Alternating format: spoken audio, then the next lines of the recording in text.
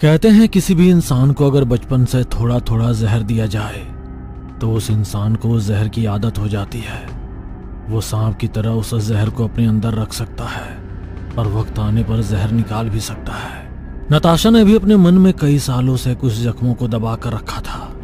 वो अब तक सही वक्त का इंतजार कर रही थी और फिर उसे एक मौका मिला जब वो अपना बदला ले सकती थी। शादी का माहौल घर को रोशन कर देता है। आयुष का पूरा परिवार इस शादी से बहुत खुश था। आयुष के पिता एक मशहूर पॉलिटिशियन थे। दोस्त, रिश्तेदार, मेहमान सब आए हुए थे, लेकिन कुछ लोग बिन बुलाए भी आ गए थे। आयुष अपनी होने वाली बीबी नैना के साथ स्टेज पर सभी मेहमानों का स्वागत कर रहा था। तभी वो देखता है कि स्टेज पर नताशा उसकी एक्स आ रही थी। आयुष के चेहरे के जैसे हवाइयां उड़ जाती है। वो अपनी आंखें चुराने लगता है और पास में खड़े अपने छोटे भाई अनीश को अपने पास बुलाता है। नताशा को यहाँ किसने बुलाया? देखो यहीं आ रही है, फिर से कोई सीन क्रिएट करेगी। सभी मेहमान सामने ही हैं। जोर जबरदस्ती की तो बात बढ़ सकती है, उसे आने दो। कुछ करती है तो मैं पीछे ही खड़ा हुआ हूँ। तभी आयुष देखता है कि नताशा ठीक उसके पास में है। नताशा नैना को एक ब्लू गिफ्ट बॉक्स देती है। कैसे हो आयुष? शादी कर रहे हो और अपनी सबसे अच्छी दोस्त को नहीं बुलाया? बाय द वे, तुम दोनों साथ में बहुत सुंदर लग रहे हो। शादी मुबारक। नताशा स्टेज से नीचे जाकर भीड़ में कहीं गायब हो गई। जिंदगी के इस मोड़ पर जब आयुष के सामने नताशा आई तो उसे अपने बीते कल की यादें ताजा हो गई थी। वो कॉलेज में सबसे पॉपुलर कपल थे। हर पल साथ में रहना और कॉलेज बंक करना। कितनी बार तो खाली क्लासरूम में चौकीदार ने उन्हें एक दूसरे से लिपटे हुए पकड़ा था। और फिर एक दिन अचानक नताशा के पिता को पैरालिसिस का अटैक आया। बचपन में ही नताशा की मां गुजर गई थी। तब से पिता ने ही उसे पाला था। उनके इस आखिरी पल में नताशा ने पिता से आयुष को मिलवाया। वो दोनों उनके सामने चुपचाप खड़े रहे और फिर नताशा के पिता ने बिना कुछ कहे दोनों की हथेलियों को एक दूसरे से मिलवा दिया। लेकिन बाहर निकलते ही आयुष ने कहा, मेरे डैड इस रिश्ते के लिए कभी हाँ नहीं कहेंगे। तो भाग चलते हैं इस दुनिया से दूर, जैसा हमने सोचा था। नताशा, हर सुहाना सपना सुबह होने पर टूट जाता है। इन सपनों की दुनिया से बाहर आकर चीजें सोचो। मेरे डैड की रेपुटेशन और तुम्हारे स्टेटस में दोनों में जमीन आसमान का फर्क है। हमें अपने रिश्ते को यहीं खत्म करना होगा। नताशा ने आयुष के इस रूप की अपेक्षा नहीं की थी। उसके हाथ पैर ठंडे पड़ जाते हैं। आयुष, ऐसा मत कहो। मेरा इस दुनिया में कोई नहीं है। धीरे धीरे सब मुझे छोड़कर जा रहे हैं। तुम ऐसा मत कहो। एक बार अपने डैड से बात करो।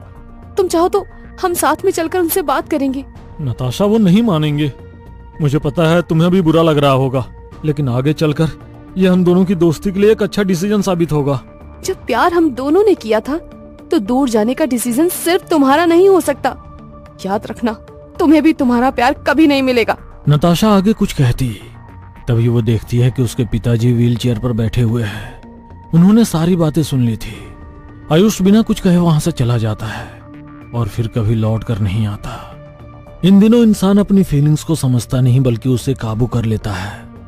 आयुष नताशा को भूल गया था, लेकिन इतने सालों बाद देखकर उसके पसीने निकल गए थे। अब आयुष और नैना मंडप में बैठे हुए थे। आयुष की नजर चारों तरफ नताशा को ही ढूंढ रही थी। दोनों फेरों के लिए खड़े हो जाते हैं, लेकिन तभी छठे फेरे के बीच आयुष रुक जाता है और देखता है कि नताशा उसके सामने खड़ी हुई थी। नताशा गुस्से में देख रही थी।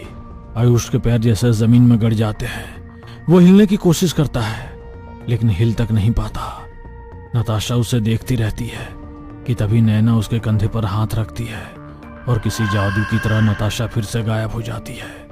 आयुष अपना 7वां फेरा पूरा कर लेता है। परिवार के सभी लोग दोनों को आशीर्वाद देते हैं और नैना भी कमरे में चली जाती है। लेकिन आयुष अभी तक फेरे के वक्त हुए हादसे से डरा हुआ था। तभी अनीश उसके पास आता है। भैया, काफी डरे हुए दिख रहे हो, क्या बात है? अनीश, वो नताशा मिली? नहीं, वो तो कहीं नहीं मिली। बाकी आप कोई चिंता मत कीजिए, मैं सब संभाल लूंगा। अनीश के कहने से आयुष की खोई हुई हिम्मत दोबारा लौट आती है और वो अपनी सुहागरात मनाने कमरे में चला जाता है। और जैसे ही अंदर जाता है उसे कमरे में ठंड लगना शुरू होती है। कमरे के धीमे उजाले में चारों तरफ तोहफे रखे हुए थे और देखता है कि बिस्तर गुलाब के फूलों से सजा हुआ था। ठीक उसके सामने नैना बैठी हुई थी। लाल घूंघट में उसके हल्के गुलाबी होंठ आयुष नैना के पास आकर बैठ जाता है और उसके घूंघट को उठाता है। नैना की नशीली आंखें देखकर वो एक पल के लिए थम सा जाता है। आयुष पहली नजर में उसके चेहरे की खूबसूरती से आकर्षित हो गया था। आयुषी, डरने की कोई बात नहीं है, मैं सब समझती हूँ। हम सबका पास्ट होता है, बस पास्ट को पास्ट रहने दीजिए तो सब ठीक हो जाता है। और आप अकेले नहीं हो, मैं आपकी मदद करूंगी, आप मेरे पास महफूज रहेंगे। और तभी नैना उसके चेहरे के पास आती है और उसका माथा चूमकर उसे गले लगा लेती है। आयुष को वो प्यार मिल रहा था जिसकी उसे सबसे ज्यादा जरूरत थी। वो अपनी सारी परेशानी और चिंताओं को भूलकर चैन से सो जाता है। आयुष को पहले कभी इतनी गहरी नींद नहीं आई थी।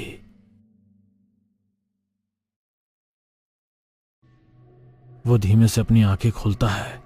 तभी आयुष की नजर कमरे में रखे गिफ्ट बॉक्स पर जाती है जहां नताशा का दिया हुआ गिफ्ट खुला पड़ा हुआ था। नैना, क्या तुमने गिफ्ट खोला? तभी बाथरूम का दरवाजा खुलने की आवाज सुनाई देती है। आयुष पलटकर देखता है कि नैना टॉवल पहनकर बाथरूम से बाहर निकली है। क्या हुआ आयुषी, मुझे बुलाया? क्या तुमने गिफ्ट खोला था? हाँ, उसमें परफ्यूम था। तुम पागल तो नहीं हो गई हो? वो क्या हो सकता है, तुम्हें अंदाजा भी है? कहाँ है वो, लाओ। आयुष नैना पर भड़क उठा था। नैना उसे परफ्यूम की बोतल देती है और आयुष उसे जमीन पर फेंक कर फोड़ देता है। वो कांच की बोतल से परफ्यूम एसिड की तरह जमीन पर जलने और फैलने लगता है। ये सब देखकर दोनों हैरान हो जाते हैं। आयुष और नैना सुबह के हादसे के बारे में घर पर किसी को कुछ नहीं बताते। आयुष कुछ देर के बाद ऑफिस चला जाता है। जैसे ही शाम होती है, आयुष को एहसास होता है कि उसने नैना पर चिल्लाकर गलत किया था। वो ऑफिस से जल्दी घर आ जाता है। जैसे ही घर आता है तो देखता है कि घर में अजीब सी खामोशी थी। घर का सारा सामान बिखरा हुआ था और दीवार पर नैना और आयुष की शादी की तस्वीर नाखूनों से नोचकर फाड़ा गया था। वो घबराते हुए अपने कमरे तक पहुंचता है। बाथरूम से नैना की चीखने की आवाज आती है, बचाओ बचाओ बचाओ। आयुष कुछ समझ नहीं पाता और दरवाजा तोड़ना शुरू करता है। नैना, मैं आ गया हूँ, तुम्हें कुछ नहीं होगा। नैना चिल्लाती जा रही थी और आयुष सारी ताकत लगाकर दरवाजे को तोड़ने में लगा हुआ था। तभी अचानक नैना की आवाज आना बंद हो जाती है। नैना, कुछ कहो, हिम्मत रखो। आयुष कुछ कदम पीछे ले लेता है और दरवाजा को लात मारकर तोड़ देता है। बाथरूम से तेज धुआं निकलता है और उसी के बीच नैना अर्धनग्न अवस्था में जमीन पर गिरी हुई थी और शावर से गर्म पानी निकल रहा था। आयुष नैना को उठाकर बाहर पलंग पर लेटाता है। वो नैना के पास आकर देखता है कि नैना के पीठ पर एक सांप का टैटू बना हुआ था। आयुष इस अजीब से टैटू को देखकर हैरान हो जाता है। अचानक पूरे घर का माहौल बदल जाता है।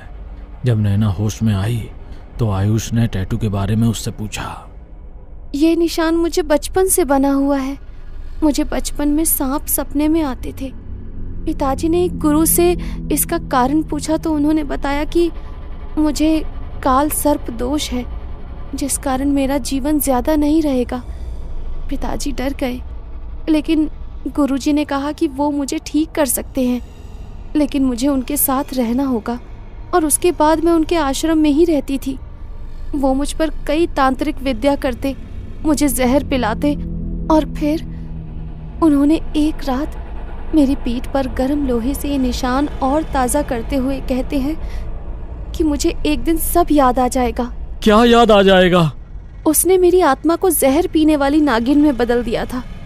और आयुष, मैंने तुमसे झूठ कहा था। मैंने नताशा का दिया परफ्यूम यूज किया था। उसी के कारण मेरे भीतर की विष कन्या फिर से जाग गई थी और उसी ने ये सब किया था। आयुष, अब मुझे भी नहीं पता वो कब किसको नुकसान पहुंचा सकती है। आयुष को नैना की बातों पर यकीन नहीं हो रहा था। जब उसे कुछ समझ नहीं आया तो उसने अनीश को सारी बातें बताई। अनीश ने जब ये बातें सुनी तो उसने गंभीर आवाज में कहा, हर जहर का कोई ना कोई एंटीडोट जरूर होता है। नताशा के पास उस जहर का तोड़ जरूर होगा, बस हमें उसे ढूंढना है। वो आए दिन अपने पिता से मिलने हॉस्पिटल जाती थी। नताशा हमें वहां मिल सकती है। अनीश, मैं आज ही उससे मिलने जाऊंगा और तब तक तुम यहाँ भाभी के पास रहना। वो नैना के साथ अनीश को छोड़कर तुरंत ही हॉस्पिटल के लिए निकल जाता है। जैसे ही वो हॉस्पिटल पहुंचता, वो उसी रूम में जाता है जहां वो आखिरी बार नताशा के पिता से मिला था, रूम नंबर 113। हॉस्पिटल के उस कमरे में सिर्फ खिड़की से आती रोशनी नजर आ रही थी और व्हीलचेयर पर नताशा के पिता खिड़की से बाहर देख रहे थे। आसमान में काले बादल छाए हुए थे। अंकल, मैं जानता हूं आप दोनों मुझसे नाराज हो, लेकिन मैं पिछली बातों को भूल गया हूं। बेहतर होगा कि आप नताशा को समझाओ कि हमारी जिंदगी से दूर हो जाए। वो तुमसे दूर नहीं, तुम्हारे पास आने वाली है। आप ठीक हो गए? आयुष नताशा के पिता को देखकर भौचक्का रह जाता है। अचानक बादलों में एक जोरदार बिजली कौंध जाती है। पिता आयुष के सामने खड़े हो जाते हैं। उनका चेहरा काला पड़ गया था। जो तकलीफ तुमने मेरी बेटी को दी है, तुम्हें उसकी सजा मिलकर रहेगी, जरूर मिलेगी।